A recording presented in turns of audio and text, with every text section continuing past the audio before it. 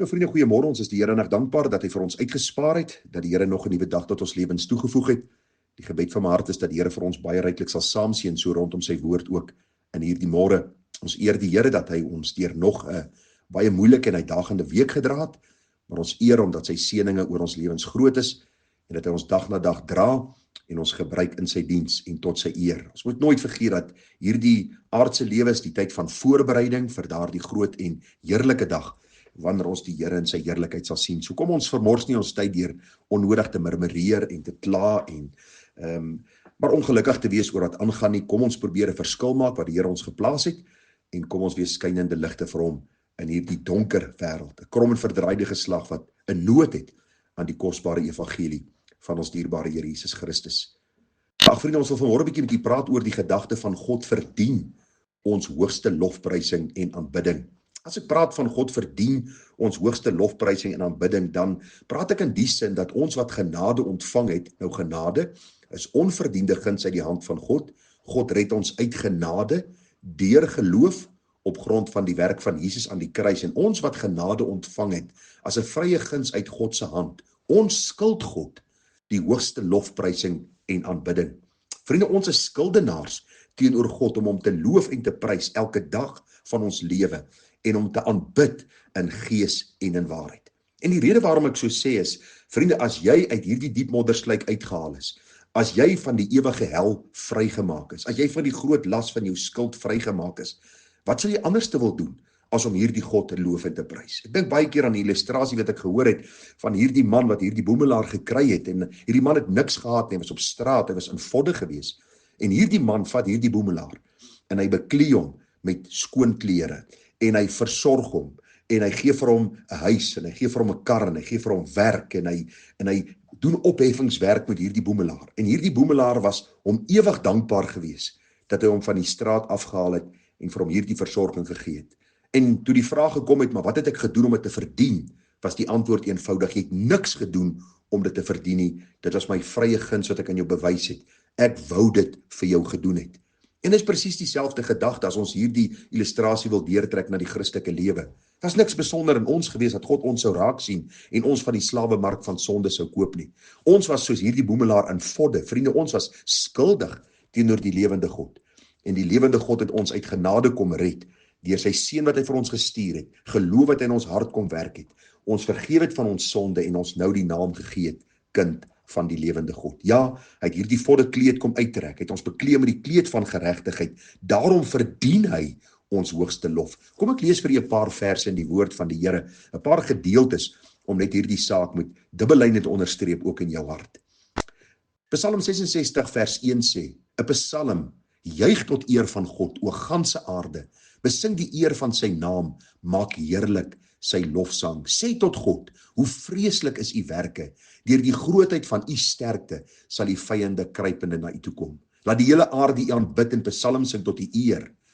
Laat dit u naam verhef in psalmgesang. Kom en aanskou die dade van God, hy wat gedig is in werking oor die mensekinders. Kosbare psalm in God se woord wat ons oproep om die Here te loof en te prys. En vriende, hier staan dit dat die hele aarde die Here sal aanbid. En hoe sal die hele aarde die Here aanbid? Dit begin by God se kinders.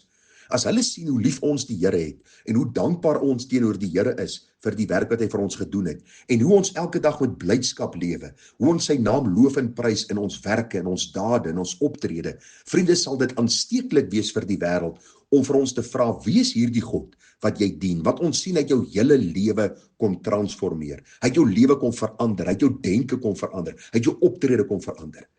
Vriende, dink net daaraan, as jy die duisternis uitgehaal is en in die wonderbare lig van God gebring is daar alle rede in die wêreld om die Here te loof en te prys en te aanbid. Ons mag nie, kinders van God mag nie morbiede, neerslagtige, te neergedrukte mense wees nie. Luister, ons het nodig om in die goeie en in die slegte tye ons God te loof en te prys, want ons weet, hy sê in sy woord dat alles ten goeie meewerk vir die wat hom liefhet.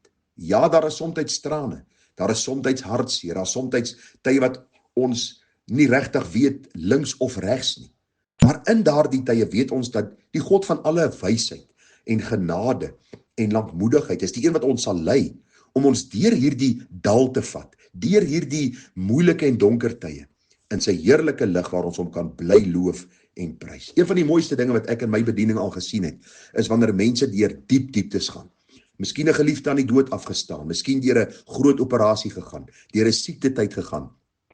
En hoe jy by hulle kom en jy bemoedig hulle uit die woord en hoe hulle sê, maar weet jy, ons weet God is in beheer. Ons besef dat hy besig om my te vorm.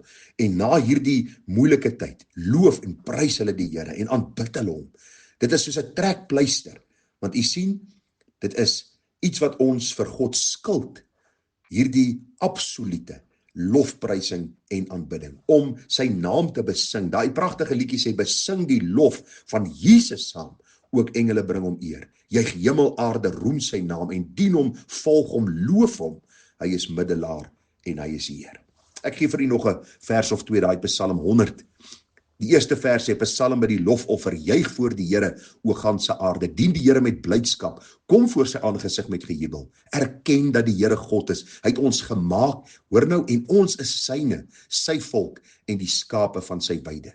Gaan sy poorte in met lof, sy voorhoewe met lofgesang, loof hom, prys sy naam, want die Here is goed, sy goedertierenheid is tot in ewigheid en sy trou van geslag tot geslag. Vriende, dis wanneer ongeredde mense by ons gemeente moet instap, by 'n kerkgebou moet instap, dat hulle so hierdie lofprysing en aanbidding van die Here moet ervaar, dat dit aansteeklik sal wees vir hulle, om te sê, maar ons wil hierdie God leer ken. Ek wil u vra, daar by u werksplek, daar by u huis, tussen u kinders, sien hulle, daar is 'n opgewondenheid in u hart, teenoor hierdie Here. Hoor hulle hoe u hom loof en hom prys. Ag, hoe wonderlik, as ons dink aan al hierdie pragtige liedere wat geskryf is, loof hom in die hoogste hemele, vrede op aarde, in die mens 'n welbehae. Vriende, mag u en ek besef in hierdie môre dat ons opgeroep word. Ja, God verdien ons hoogste lofprysing en aanbidding.